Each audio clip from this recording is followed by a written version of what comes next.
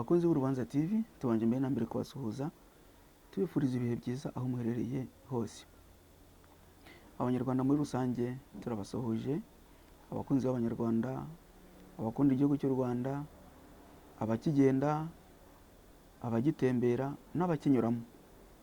Mwese turabasuhuje kandi tubifurije ibihe byiza aho muri hose.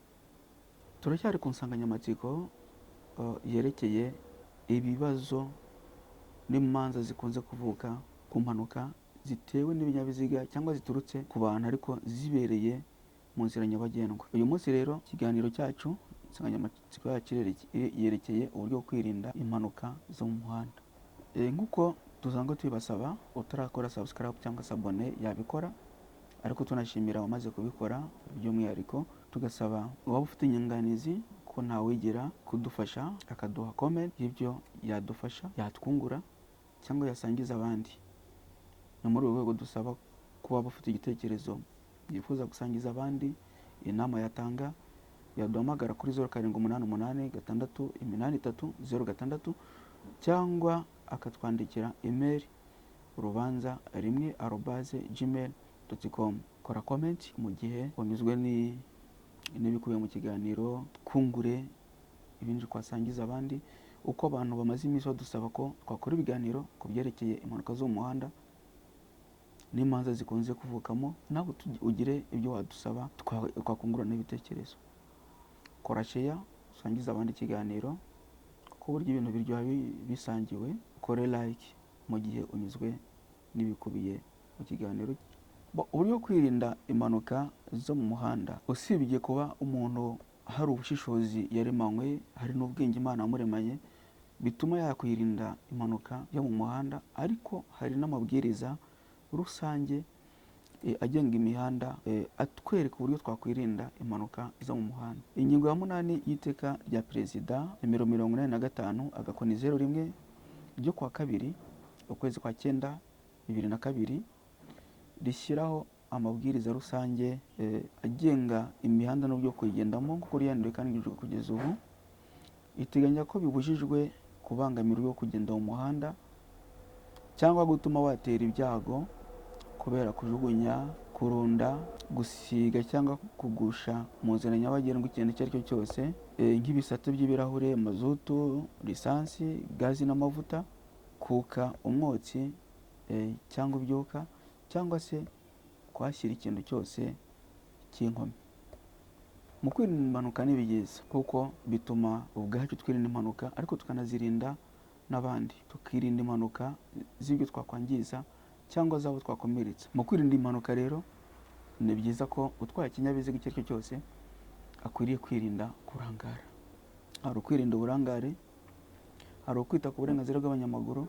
Umuntu agera imbere ya zebra crossing agahagarara akareka abanyamaguru nabo bagatambuka. Ariko nanone aha ngaha abanyamaguru nubwo buri wese agomba kumenya uburenganzira bwe, akamenya ko aho bugarukira n'aho undi babutangiriye.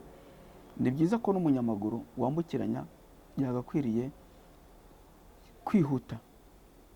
Yumve ko guca muri zebra crossing yego ni inzira, no mwanya wagenewe abanyamaguru gutambuka, ariko nanone ntabwo bivuze ko umuntu agomba kugenda ari kuri telefone cyangwa asoma message, no kubona ko atazi niyo ari kujya cyangwa iyo ari kuva. Icyo gihe ubangamiye uburenganzira bw'abandi. Nibaguha uburenganzira, umushoferi natanga uburenganzira ku banyamaguru, ariko abanyamaguru nabo bamenye ko bafite inshingano yo gutambuka vuba, ntibabangamire urujya n'uruza rw'ibinyabiziga bitambuka. Hari ukwita ku burenganzira bw'ugomba gutambuka mbere. Aha naho ntihabeho gukata priorite umuntu ngo habeho kubangamira wundi bagomba gutambuka mbere. Ibi bikunze guteza impanuka kenshi, aho usanga cyane cyane abamotari, umuntu arapimanyije, abonye mugenzi arimo kwiruka, ahise amukupa priorite, aramwuriye, ugasanga ari we abagenzi bari bahetse ibinyabiziga ubu ubwabo barakomeretse, ndetse hari wenda baranapfuye, gizimwe abapfa cyangwa baranapfuye bose, n'ibinyabiziga byabo bikangirika. Ni byiza kumenya ko iyo turi mu muhanda tuba twasize abantu dufitiye umumaro. tugomba kwitaho, kandi rimwe na rimwe baba babayeho bitewe n'imbaraga zacu. Icyo gihe rero nitwiteza impanuka ntabwo tuzaba tubabaniye, bazaho mu buzima bugoranye butagakwiriye. Kwita ku miterere y'ikirere mu gihe tubona ko kureba imbere bidashoboka, dukwiriye guhagarara ntiduteze impanuka. Birashoboka umuntu ashobora kuba afite imodoka idafite climatiseur cyangwa itarimo ya condition. Rimwe na rimwe kugenda mu gihe hari nk'imvura bikananirana, ikiza icyo gihe no guparika ku ruhande, umuntu ntabe yajya kuba nyirabayazana mu guteza impanuka. Icyo umuntu ateraho muri metero 100, byaba byiza umuntu aparitse, ntajye kwiyahura mu muhanda ngo abe nyirabayazana uteje impanuka bamugonze cyangwa nawe ari bugonze. Hari no kwita ku miterere y'umuhanda. Niba umuhanda waratengutse, kagakwiriye gutangana, koroherana, hakagira abahagarara abandi bagatambuka. Ibintu byo kubyigana kandi tubona ko hari inkomyi ishobora guteza impanuka, nabyo haba harimo uburangare no kwikururira ibyago. Hari gukoresha ikinyabiziga nanone mu gihe gifite ibibazo. Aha ni byiza gukoresha ikinyabiziga mu gihe gifite ikibazo. Ntihabaho gufosinga umuntu avuga ati ikinyabiziga cyanjye nta mafaranga ndabona kugikoresha ariko reka nkigendemo. Muri icyo gihe ari cyo gutemberamo, wakireka mu rugo, wakirekera aho ngaho wazabona amafaranga ukagishyira mu muhanda. Ari cyo gutwara abagenzi nanone, wahiga amafaranga yamara kuboneka akaba ujya gutwara abagenzi. Mu gihe cyaba ari cyo gutwara imizigo nabwo bikagenda bityo. Ko ndibuka hari impanuka yabaye Kicukiro mu myaka yashize, umushoferi yatanze témoignage ko mu gitondo yari yanze gutwara iyo modoka, ariko boss aravuga ati ajya kwishakira undi mushoferi waje gutwara iyo kamyo, ari no yateje impanuka ikomeretsa n'abantu benshi. Ibi rero nuvuga ngo wa uteje impanuka ikinyabiziga kiba cyangiritse, abagiye kwikorera amaraso y'abantu bitari ngombwa. Ni byiza ko ikintu tukitaho. Hari ukujyana ikinyabiziga muri controle technique. Controle technique ni nziza kuko kenshi na kenshi hari igihe tuba dutwaye ibinyabiziga ariko bakirega, hakaba hari udukosa rimwe na rimwe nawe ubwawe utaruzi. Ni byiza rero nanone ko twajya tubyitaho. Controle technique ntibeho abantu bayumva nk'igihano, ahubwo bakumva ko ari uburyo bwo kubarinda ibyago bahura nabyo batwaye ibinyabiziga, bakabyiteza cyangwa bakabiteza abandi. Hari nanone kwirinda kugabanya umuvuduko ku buryo bukabije, umuntu agenda gake cyane ku buryo bibangamira abandi. Mu mujyi wa Kigali cyane cyane uzasanga abantu aho umuhanda ufite ibice bibiri w'icyerekezo kimwe, umuntu ugenda gahoro ari kugendera mu gice cy'ibumoso, akaba ari nawe ugenda gahoro, ugasanga kujya kumunyuraho baramunyuraho baciye iburyo, kandi ubundi kunyuranaho tuzi ko bikorerwa ibumoso, ariko uyu nguyu we bagiye kumunyuraho bamunyuraho baciye iburyo. Ibi rero nabyo biri muri bimwe bishobora guteza impanuka, kuko mu gihe agarutse akenge kaje uburangare burangiye, ashobora kugaruka agahita ajya kugonga wa wundi wari ugiye kumunyuraho, ugasanga biteje impanuka.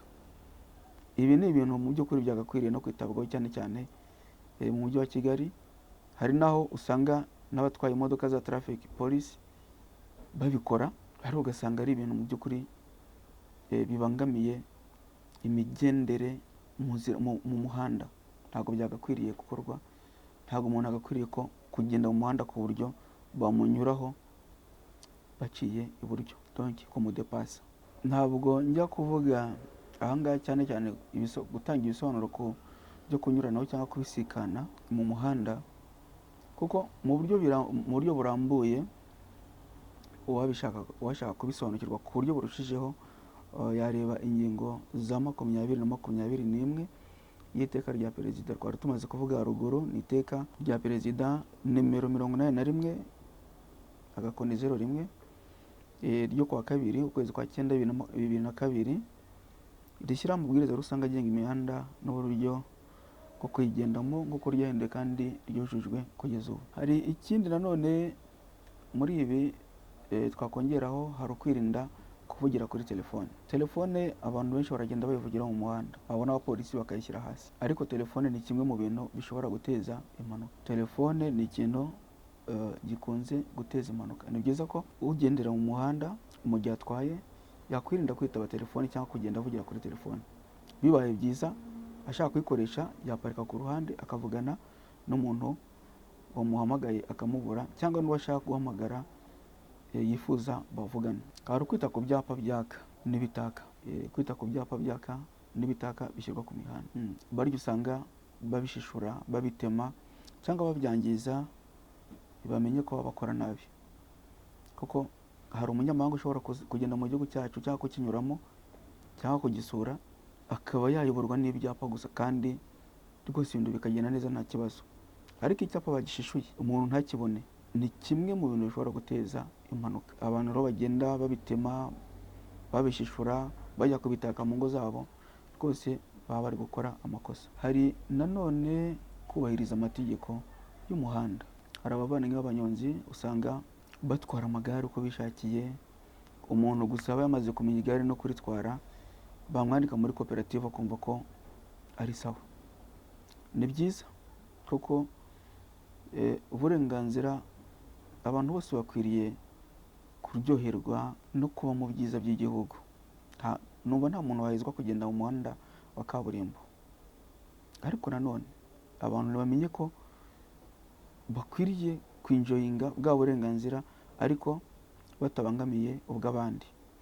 Niba umuntu utwaye igare ari kugenda mu muhanda, niyirinde kujya kubangamira imodoka, niyirinde kubangamira umumotari. Hari mu maferuje usanga rimwe na rimwe abamotari abanyonzi bagenda bakatakatamo feruje, zaba zabahaye priorite, zatanze priorite, zaba zitayitanze, ukabona umunyegare warimo we ntacyo bimubwiye. Hari amashusho menshi abigaragaza y'uburyo abantu bagenda batubahiriza uburenganzira bw'abandi mu nzira nyabagendwa, cyane cyane muri feruje zo mu mujyi wa Kigali. Hari abavandimwe b'abamotari nabo batubahiriza amategeko y'umuhanda, ugasanga umumotari niwe ugiye gusesera, ari kugenda akatakata mu modoka, ari kugenda anyura ku bindi binyabiziga aciye iburyo, retroviseri z'abandi ari kugenda zihanyagura. Ugasanga umuntu w'umugabo wasize umugore n'abana bakuru mu rugo arimo avuga ati rwose mbabarira ibi n'ibi, agasaba imbabazi mu bintu n'ubundi mu by'ukuri atagakwiriye gusaba imbabazi, agasaba imbabazi mu bintu bitamugwiririye, yiteje ubwe cyangwa anagiye guteza ubwe. Tugerageze kubahana, tugerageze kubaha ibintu bya bagenzi bacu. Umuntu yoye kugonga moto y'abandi, umuntu yoye kugonga imodoka y'abandi, umuntu yoye kugonga umuntu w'abandi mu nzira nyabagendwa. Ikindi nanone mu biteza impanuka twabonye hari ukwirinda gupakira ibintu biremereye. Ibinyabiziga kenshi na kenshi turabigondoza, ugasanga ikinyabiziga cyagenewe gutwara tone 4 cyangwa 3, umuntu agishyiramo toni 7, toni 8. Hirigisi itwara toni 1 ugasanga bayikubisemo toni 2. Ibi bintu biri mu bintu bikunze guteza impanuka, kandi zikaba impanuka zikomeye. Niyo impanuka yitana umuntu umwe, igihugu kiba gihombye. Igihugu cyacu gikeneye amaboko y'abantu. Hari ukwirinda gupakira nabi ibintu. Benshi abantu bapakira ibintu nabi bamenye ko bateza impanuka. Hari bamwe bakunda gupakira izi tanka za roto, akavuga ati ndayipakira mauvais chargement, baranyandikira 25, ndayivana i Kigali nyijyane Rusizi. We kubera dépense bari gukora wenda ku modoka yashobora kuyitwara, bakayihereza imodoka ntoya ikuzurirana, bakayica 25, ariko kuri wakumva ko nta bimutwaye kuko izo dépense yamaze kuzibara ndetse ari no mu nyungu. Ibi bintu nabyo biri mu shobora guteza impanuka. Ni nabyiza ko twagira nicyo tunavugaho. Twibukiranye ko iyi ngingo ya 60 y'iteka rya perezida nimero 85/01 ryo kwa 2 ukwezi kwa 9 2022 irishyira amabwiriza rusange agenga imihanda n'uburyo kuyigendamo kuri yandure kandi yuje kugeza ubu. Iteganya ko imizigo ikinyabiziga cyikoreye igomba gupakirwa no gupangwa ku buryo idashobora guteza abantu ibyago mu rugendo, kwangiza mu rugendo inzira nyabagendwa, impande zayo, ibiyubatseho cyangwa umutungo uyikikije, kubuza umuyobozi kuboneza neza cyangwa kubangamira gufata mu muhanda cyangwa imiyoborere y'ikinyabiziga, kugikingiriza amatara, utureba nyuma two hanze, ibimenyetso byerekana icyerekezo, utugarurarumuri, nimero ziranga ikinyabiziga cyangwa ibimenyetso umuyobozi yerekanisha ukuboko. Iyi ngingo ikomeza ivuga ko imizigo igomba gupangwa kandi iyo ari ngombwa ikazirikwa ku modoka ku buryo idashobora kugwa no gukururuka mu nzira nyabagendwa no kugusha ikinyabiziga. Ibintu byose bifashisha nk'iminyururu, amahema n'ibindi bigenewe kuzirika imizigo cyangwa kuyirinda kwangirika bigomba kuyizenguruka ku buryo budanangiye. Umuyobozi w'ikinyabiziga agomba gukora ku buryo ashoboye kugira ngo imizigo itagenda ibomborana ku buryo bukabije. Ikindi nanone twavuga mu kwirinda impanuka, twasaba ubuyobozi kwihutira gusana ibikorwa remezo byangiritse cyangwa byagize ikibazo. Hari ahantu unyura mu gitondo ari hazima, ku mugoroba ugasanga umuhanda wabaye igisoro, bagiye bawuhinga. Ababikora bajye bagerageza kubikora mu buryo bwihuse kuko ni bimwe mu bishobora guteza impanuka. Kubahiriza amabwiriza atangwa n'abapolisi bayobora ibinyabiziga cyangwa abandi babifitiye ububasha. Ingingo ya 5 y'iteka rya perezida tumaze kuvuga haruguru iteganya ko ari byiza ko mu gihe umushoferi bamuhagaritse cyangwa bamusabye ibyangombwa ahagarara ntasuzugura abashinzwe umutekano wo mu muhanda cyangwa ababiherewe ububasha. Aha wenda umujyi wa Kigali twavuga ku bijyanye na feruje. Hari ibimenyetso byaka, feruje zikaba zatuma abantu bashobora kwiyobora bazigendeyeho, ariko hari igihe feruje zitubahirizwa bitewe n'uko abashinzwe umutekano wo mu muhanda ari bo barimo gutanga amabwiriza. Muri iki gihe rero tuzirikane ko abashinzwe umutekano wo mu muhanda basumba bya bimenyetso byaka n'ibitaka, n'ubu tuba tugomba kureba. Abantu b'abanyamaguru kenshi na kenshi njya mbona umupolisi arahagarara, ushinzwe umutekano w'umuhanda ari gihagarara, yarekura imodoka, abantu ukabona n'ubundi bahubutse ari ikivunge, ntibitaye ku kureba amabwiriza ari gutangwa n'ushinzwe umutekano w'umuhanda, bo bagatambuka gusa. Ugasanga ibyo bigiye guteza impanuka. Nubwo abashoferi, abatwara ibinyabiziga mu mujyi wa Kigali usanga bitonda cyane mu maferuje, ariko ni na byiza ko nabwo abanyamaguru bita kuri ibi bintu. Ni nako kuba umunyamujyi, ko biba bibabaje kubona umuntu w'umukobwa, umugore, umuntu w'umusore rwose wambaye neza atazi uburyo feruje, atazi gutambuka muri feruje, atazi ko agomba kubaha amabwiriza atangwa n'umupolisi. Ni byiza ko byitabwaho. Usibye rero abapolisi tubona mu mutwe ushinzwe umutekano w'umuhanda, ariko burya hariho n'abandi bantu bashobora guhagarika ibinyabiziga bitewe n'imirimo bashinzwe. Abo ni abakozi ba RURA, abakozi b'ikigo cy'ubukerarugendo na pariki z'igihugu, abakozi ba gasutamo n'abo mu biro by'imisoro, abakozi bo mu biro by'amateme n'imihanda, abasirikare bari mu kazi bashinzwe umutekano. Aba nabo no kububaha no kubahiriza amabwiriza yabo, kuko hari kenshi na kenshi badufasha mu mujyi wa Kigali iyo habaye ambutiyaje, bashobora no kudufasha ahandi. Usibye maze kuvugwa, ni byiza none kwita ku bintu bikurikira: gukoresha ikinyabiziga, ba bose rwose barije kujya babika ifaranga bacura ibinyabiziga, kuko hari kenshi usanga umushoferi avuga ati rwose bose nashaka gukoresha imodoka, nashaka kugura amapine, nashaka gukora ibi n'ibi. Bose rwose mu gihe ikinyabiziga gikoze impanuka kigahitana umushoferi wawe, uzagira igihombo. Ariko unababazwe n'ukuntu umushoferi wakundaga, wari warahaye akazi umukunze, agucitse cyangwa abaye agize ubumuga. Basharwa aho bishoboka, abafite basharwa, sharwa mujye mwita ku binyabiziga, mumenye ikinyabiziga ubuzima bwacyo. Abashoferi namwe aho turi hose tujye twita ku binyabiziga byacu. Umuntu ubanza gukora ikinyabiziga kandi ubona cyateza impanuka, kireke ukihorere, ndetse nuza kugikoraho umubwire uti rwose muvandimwe, ikinyabiziga kimeze gutya gutya, nakiretse nawe kirigita kuvutsa ubuzima. Nanone hari ukwirinda umuvuduko, nubwo Sofia zakemuye ibibazo ndetse na kamera za polisi zikaba zunganira Sofia nazo zikaba zitoroheye abashoferi, ariko umuvuduko ni kimwe mu bintu byagaragaye byagiye bihitana abantu benshi, ndetse byagaragaye mu guteza impanuka zateje impfu nyinshi. Muri iki gihe cya covid abantu tujye tugerageza gutaha hakiri kare, umuntu yigendere gake atirukanka asiganwa n'amasaha.